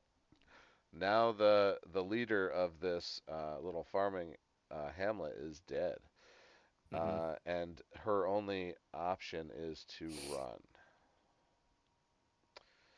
Um, I don't exactly remember how we get to the next body though. Which is the next body? It's the guy, isn't The it? guy. Yeah, it's the guy. Let me think. Well, 'cause Oh, she runs I think she just peels the skin off, or she takes the organs out to transform back into herself, back into herself. to Yes. wander the wilderness anonymously again. Right, right, right. So she wanders around, she finds the village, and then she lures him Right, she stays nude. with she Yes. says no, she lures Okay, him so with here's another thing that's really funny. Like, so when she approaches this guy, yeah. did you see Power of the Dog? No, no, I No, didn't. okay, so it's only relevant in the gayness of it, of the scenes that transpire right before she like Oh, seduces the guy, because like you just see these guys, and it was the just kind of four of them, funny. the four naked guys, Yeah, the they poor run through guys, the liver. sunlit. Yeah, Yeah, yeah, yeah. But they're like you see, you just see their backs. They're nude, so you just see butt cheeks, and you see their arms in front of them, and you just see them gesturing like they're all having a big circle jerk, but it's like a lineup. And it's kind of like beautifully shot where the sun is coming from yeah. in front of them, and their bodies are glowing, and And they're just jerking it. I'm they're like, just having a what great the time. fuck? Like, yeah, Like, they're just it's just weird. It's yeah. awesome, but it's They're like just some young, horny dudes, just having a good old time. I mentioned the Uh, power of the dog because there's like a scene like that. Uh, that's like it's sort of like reminiscent of Brokeback, where there's like this toxic masculinity that exists, but then within that environment, obviously existed men that were attracted to other men, and they have to repress it and hide that. uh, Uh, and it's in Power of the Dog, and that okay. drives a lot of the events in that story, and that's part of why Sam Elliott hates it so much. Oh, okay. If you missed any of that, it's a Cliff Notes version.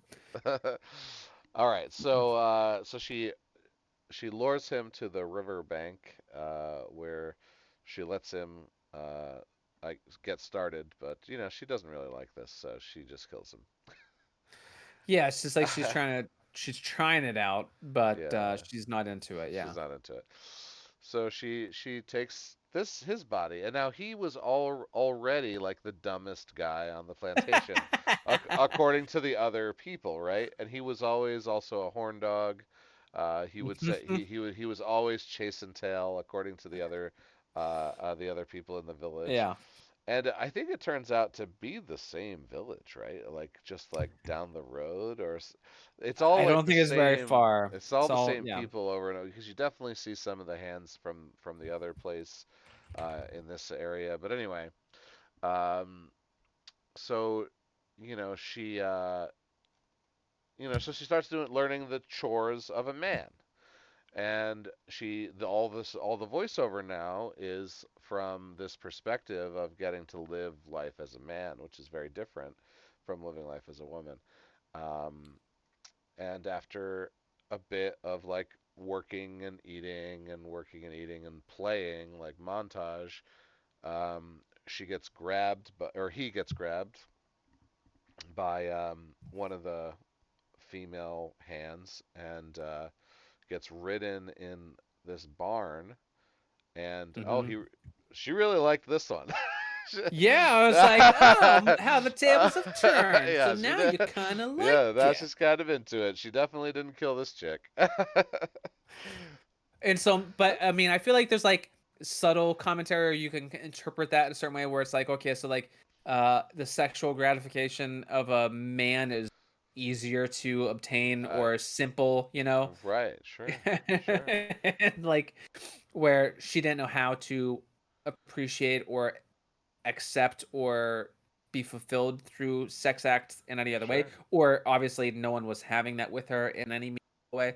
Well, So like it's just funny as her as a man now she's like enjoying it real right, quickly. She's like, oh, this is how I should feel with this, and it was a neat little commentary. You don't have to get yeah, wrapped up into it. You don't have to sure, think crazy about it, but like she very clearly is into it right. during this sex scene. Well, also like if you do want to get into it, the when the husband forced himself on her, it was in Numi's body, which was like an older woman's body, and when she lured him to the riverbank, she's in a 16-year-old body now, which is prob they were probably 12 years olds getting married back in the 1800s, but like it's taboo in our society, right? So but it was her seducing him, which I guess makes it okay in terms of like modern day interpretation Hmm. of the scene.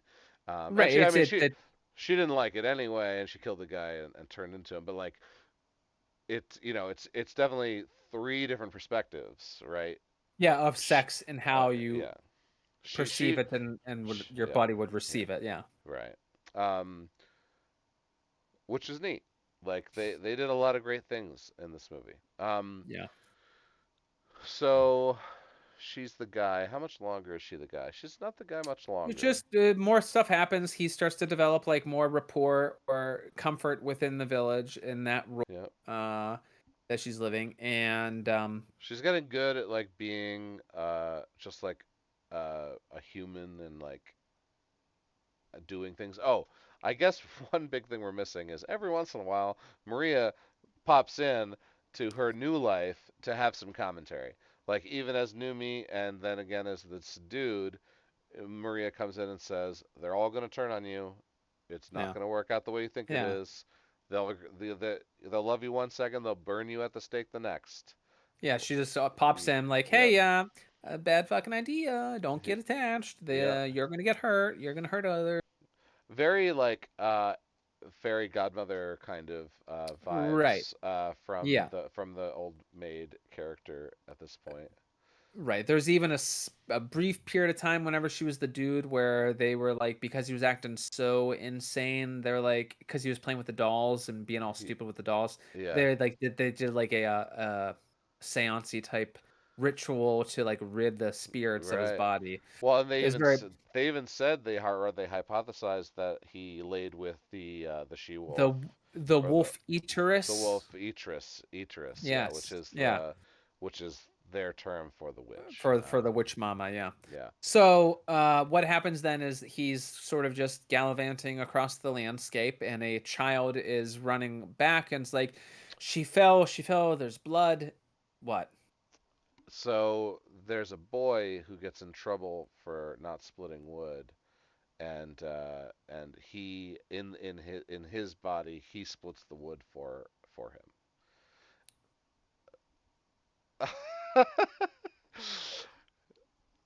Then Go on. it's just something you have to say because of all No right. one So cares. yes, she fell and she's hurt and we need help and he runs over there and she's already dead. Yeah, Um, last of the Mohican style, fucking yeah, dude. yeah, oh yeah, oh she did, she did. So she sees this as an opportunity to live another life as a young girl. So she stuffs herself full of new organs. Uh, Bil- Biliana Yeah, is her new identity. Bilyana. Yeah, Biliana. Bilyana. Um, and yeah, she comes back into the. And now the accident, the fall, is the excuse for the not able to talk and maybe Right. a little bit of weirdness before she kind of settles in.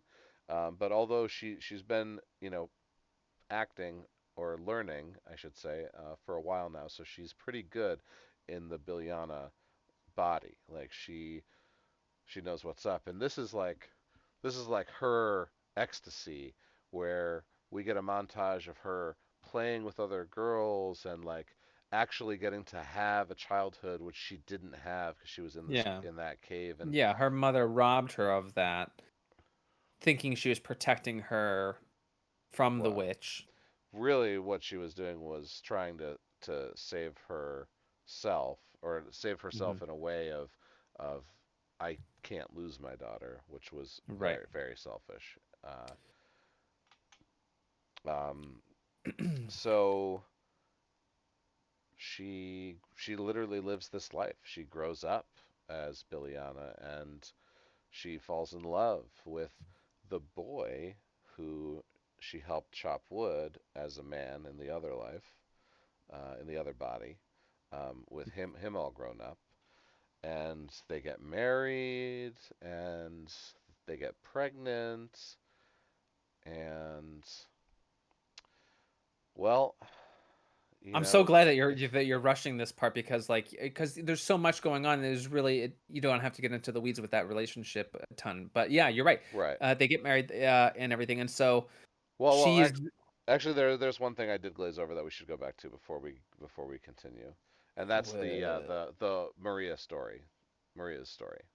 okay. But yeah, so let's do Maria's story because more or less, she's pregnant. They're living a good life. They're happy. They're content. Yep, And she's enjoying life and things are working out. yep. So yeah, so now So now, we will get back to Maria's story. so we'll go back to And Maria how do we get how do we get Maria's story is by the by child the child, Bilyana. Billiana. There's Yeah. an evening where they're all at the campfire and all the kids are clamoring story. We want a fairy tale. Not this one. No, not that one. Tell us the one of the old maid, Old Maid Mama. Maria. Yeah. Or And grandma, tell us that one. she's like, She's really? like, okay, I guess I'll tell you I this guess terrifying fucking story this before terrible story. You're bedtime. telling these kids Jesus this story. Christ. Yeah. Okay. So Woo. we have this woman who lives alone with her father in the middle of nowhere, and she seems like a cool lady, and she's so lonely, and she just wants a There's no husband. all the boys have all the men of age have like been married off and have gone living their lives. She's Yeah. all alone taking care of her ailing father Yeah. until a person comes to the house and says that they have a nephew Right. that is keen to be wed, and I'm just here to speak for them. All right. We would love for Come your on down. daughter Yep. to come in to wed and to have a life and Yeah. to continue on your family. So, so she He agrees, goes and along, yeah. He yeah, goes along with it. but she, She's betrothed. yeah, she just comes out of the hut randomly, right? And gets, this is where she gets the spit.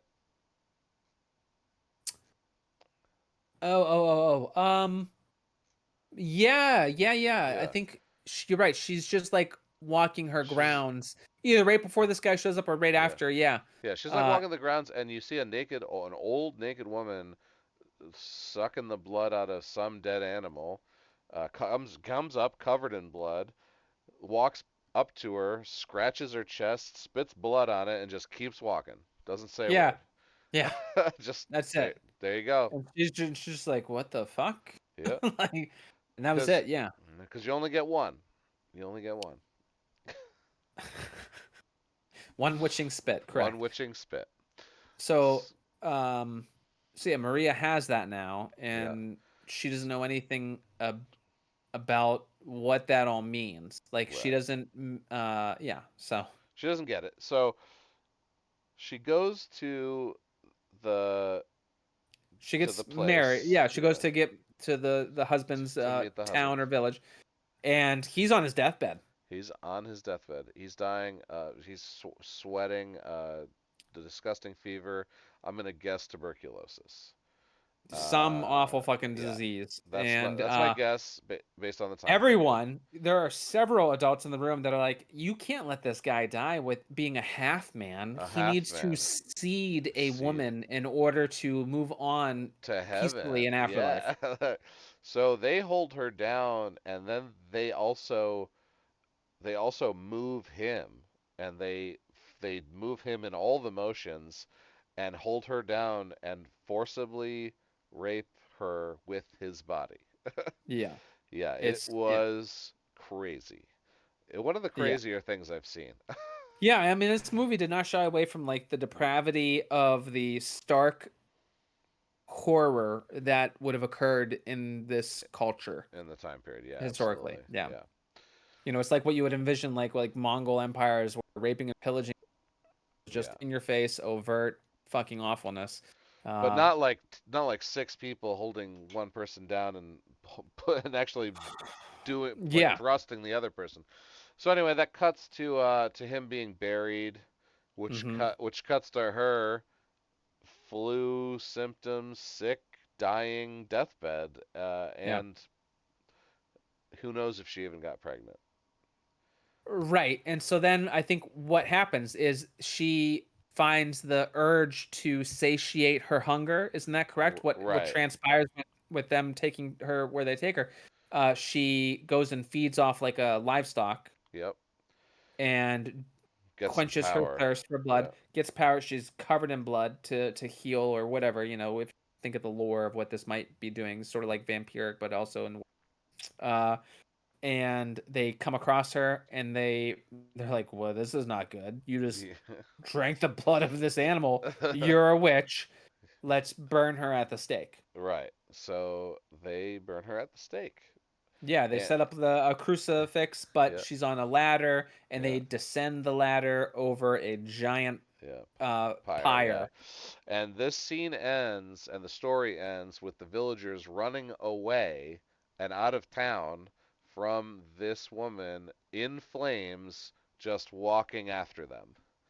And this is where I will bring This up is you the all right. This is the other CG scene. Yes. correct. Yes. How you did not have this at the forefront of your mind because you hate CG. I'm like, wait, he's not gonna mention that? I knew you just forgot about it Yeah, for a I second. definitely just forgot about Because it. this is where I was like, you didn't have to fucking do that. Yeah. Don't show me inflamed woman face on where there's flames whipping around her and she's emoting her facial just like as she walks, like don't do that. Just they had a shot from behind where it was just a figure with flames and it was out of focus. That was perfect. That was Just fine. do that. Don't show Yeah. me it from the fucking front where you got to do Yeah. all the CG work because it's not a burn where everyone's like, it's not like Michael Myers Halloween 2 explosion dummy guy stuntman and wrapped in flames. Like you, it just doesn't make sense. You're not Right. letting yourself. Don't even bother doing it. I didn't think there was a need. You get that she's a tragic character already. Yeah. Everything that's ever happened. You don't have to show Right. her face. Oh, I'm so sad. I'm in fire. Yeah. Why? Right. Like you didn't have to do that. So now we got the fire, but now we know why. And then we get her backstory. It makes her a little more sympathetic. I mean, not that you ever side with her for a second, but it helps you understand how she was betrayed by humanity and Right. and and why she was trying to instill this independence in um, or this so-called independence in we'll call her Billiana now, which is the so this is like the funny, not funny, but like this is like where the story came together for me and just like how I interpreted it and how I really enjoyed it was she referred to, um, not she, Maria referred to Bilyana skin jumping through all these different human lives as going from one prison to another. Yeah. Where whereas at the end of this movie, it turns out that Bilyana was free the whole Mm. time, and that Maria was really imprisoned by her own jealousy of Bilyana's ability to be so free or free spirited, but also her inability to forgive these horrible people who happen to have wronged her and move on Hmm. from these events and maybe reintegrate into a human society where she could have had a good life. And that's kind of like the quote unquote moral of the story, the message. That's what I took away at the end, and what made me really really enjoy this story is where it ended up. So Yeah. let's go over the events of the Yeah. climax. Right, yeah, the finality because I can't think of the exact finality of what happens, so we're gonna walk through it. I'm sure I'll get there. Okay. So we jump back to Bilyana's story where she's impending birth of a child is gonna be Right. happening. She's with child Uh, from the young boy. yep. Uh, it might be Boris. I can't tell Yeah. on the IMDb. They're I think it they're doesn't really they're matter. He doesn't but have a they're name. but they're like stupidly in love too, and Yo, they yeah, don't. there's yeah, because they're both dim-witted for the most part, Right, right. seemingly. Like He where doesn't talk. he He was, doesn't talk either. He has no yeah, dialogue in the movie. They're just perfectly in love, and I think hmm, they show that very well. yes, Uh, and she has the baby, and I think yes, it's the eve of the baby being born. The baby gets put into some kind of bassinet of some kind, right? hmm, And she's like, "Where's my husband? What's going on here?" Um, and she hears like a scream, and she gets up and she goes down, and she sees a boar, and the boar looks at her, and the boar's got blood in its mouth. And the boar looks at her and just walks away, and you know right away that that boar, that's old Maria. yeah, She comes over, she finds her dead husband. She immediately goes back to the baby. There's Maria. hmm, She's got, 1,000 questions. You know, like how. So I just said it in my little wrap up. How was it so easy right, for you? How was it so easy for you? She just couldn't. She just couldn't let go. She couldn't move on. I yeah, mean, the events that happened to her, because we do get the story. They were super tragic, and like you can understand, like right. there's there's some fucked up shit happened to her. Yeah, and I think it really is about, like the point in time at which she was transformed.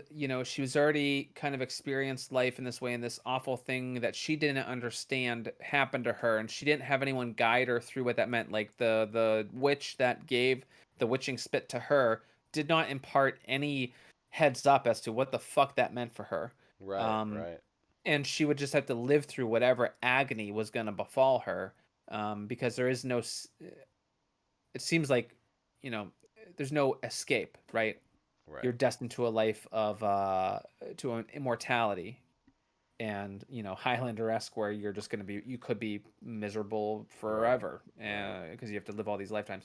So they she didn't have that, and so the events of then the village turning on her, it was just so scarring. The wedding that was under false pretenses, where she was hopeful for a moment, and then this witch does this to her, and then she goes there and it's not what she thinks, and then they turn on her, but she's just reacting bodily to what this other fucking character did to her. So she's completely the victim of everything that's occurred, and then to then be punished so horrifically by those that were supposed to protect her, and give her sanctuary. She It's understanding that it planted a seed where it was just revenge. yeah. No, And I yeah, mean you do feel bad for her in the end. I mean, you never Hmm. side with her, but you definitely understand her, especially with the final dialogue, or I should say monologue, because obviously Billiana doesn't talk Yeah. back. She just kind of listens to what she has to say, because then she kills the baby, and Billiana kills Maria, Hmm. and then uh, Bilyana uses her witching spit to bring her baby back to life, Yeah. and that's where the movie ends. Yeah. Um, and So I yeah, mean, yeah, it's a tragedy, yeah, it's a clearly. tragedy, drama. I wouldn't call it a horror. Once again, No. the horror device was necessary to tell the story. How is she going to body jump? How is she going to learn all of these things? The question is answered by a shape-shifting ability of some kind. This is how they went. They went to go with the witch because then they get the evil stepmother figure, and they get all sorts of other things they get to do where they get to animal shift, human shift, etc. Right? She gets to be the boar to kill the husband. Like it's a device to tell this really great story. Which once again, I thought the story was phenomenal. As a horror movie, I mean, I can't say that it was a horror movie or give it a good rating as a horror film. Um, as a movie, I'm definitely landing on an 8, and I would absolutely suggest that you watch this movie. It's fantastic. So I'm gonna feel differently about it. Talking about it and working through definitely warmed me to it. And revisiting it and rehashing it and thinking about it with you, I've softened what I originally rated it as for sure. Um, but ultimately, I feel it's definitely far too long for what it's doing, and it could have probably been shortened by a good 20 minutes. Because there's plenty of scenes where it's just the girl wandering and it's slow, or there's lots of scenes where she's just acting really weird with whatever body she's in. So I feel like it could have been shortened a bit. That would have made it more palatable. Because to be honest, I was just like, all right, come on, let's keep going. Like I get it. Yes, this is a shitty environment. Now you're seeing it through this shitty environment in this person, and like as beautiful as some of the words were, and as some of the wasn't as engaging throughout. So uh, I'm landing at a 5 for it. I originally gave it a 4. It's middle of the road. Like I can appreciate and understand film. Uh, I don't think that it's anything remarkably groundbreaking, and overall, it's just where I want it. And for sure, it's not a horror. It's not getting dissed points because of that. Clearly, but yeah, just middle of the road. I don't think I would recommend people watching it, but I think it's still valid for what it was doing. I'm thinking if I would have, I don't. I wonder what I gave all the moons, because it's hard to not think of the two of them. Yeah, Because yeah. I mean, I think they were very similar. I think I gave All the Moons a 7. So I mean, yeah, I think this they're movie was very similar to each I other. think this Yeah, movie was a little better. Not a lot I think better, I but a little better. I think I liked Moons more because I think for me it was Moons sort of symbolism that existed with like for me like the baptismal washing of the rebirth at the end of that movie for this character that I like more, and maybe Right. I just like the vampire mythos Over the yeah. more over this kind of, although again points to this kind of envisioning like yeah, as much as it was a plot device, it was pretty fucking cool and Honestly, creative. All the Moons, Cursed, and You Won't Be Alone. I mean, I might buy them all, and they'll just sit right next to each other on a shelf. They are a certain kind of like Yeah, reinvention of traditional genre, what would be tropes or subgenres within yeah. horror, but just done in a different kind of way. So The only difference between those three movies that's glaring is that Cursed is American. If Cursed was a foreign film with sure. subtitles, the movie's probably better. and more fitting in that set of three. Yeah. Um, so, yeah, I guess that'll wrap up today's episode. Let's touch on next week. I believe Firestarter comes out on the 13th. Fri- Oh. uh, oh, okay. Oh, so that's after next week. Okay, so never mind. Yeah. Uh-oh. Wow, wow. Next week's the 10th. Okay. I'm a week ahead. Never mind. In 2 weeks from now, we'll be discussing Firestarter. That means I have no idea what's coming out for next week. Yeah. Well, I had mentioned a horror comedy that I came across that looked like it was fun. That's hitting streaming very soon. What the hell was that one called? Oh, Oh, Let the Wrong let One the In. wrong one in. Yeah. Which it sounds like that should be really fun, but who Yeah. knows? You Yeah. know. No, that does sound good. So yeah, let the wrong one in. Obviously a play on Let the Right One In, which was a sort of like it's the modern day pinnacle vampire movie that's sort of like tragic but beautiful and uh subtle but just in dark. It kind of reinvented vampire or reinvigorated the genre, the subgenre for vampire movies, I think, right? Because I I never. think we're at like a big lull. Oh, you still never saw it? Still haven't seen it, man. Okay, It's all on my right. Then my list. apologies. I think that's one of the ones you tried to loan me or tried to make me watch a few years back. Do you? Um, Well, I know you still have a stack of a couple movies of mine. I do have a stack. I think it's Yeah, in the yeah, yeah. stack. Is And Suspiria in I that think stack too?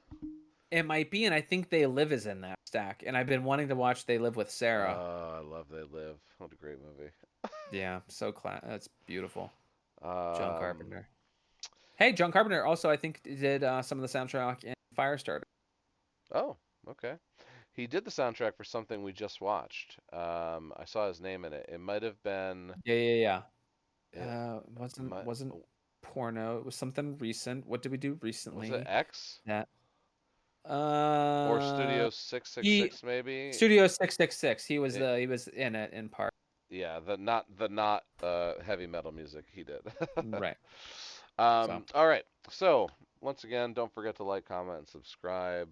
Um, we have no idea what we're going to do next week, but stay tuned to the Twitter to find out. That is it Podrec Deceased? I think it's Podrec yes, Deceased. Pod Rec Deceased All at right. Pod Rec Deceased. Episode 20 in the can for. Oh, wait. Is everybody watching Joe Bob? Have you watched Joe Bob? New season of Joe Bob started last Friday, guys. It, Yep, last drive-in. yep, was his 40th anniversary and his 100th episode. And they did the original Night of the Living Dead, where he has so much to say. There, that man is a fountain of information. He knows so much more about that movie than I ever could have even wanted to know. It's definitely worth just checking in for the history of Romero's Night of the Living Dead.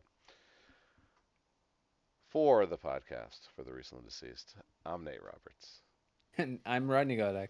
Take care. and we'll see you next week.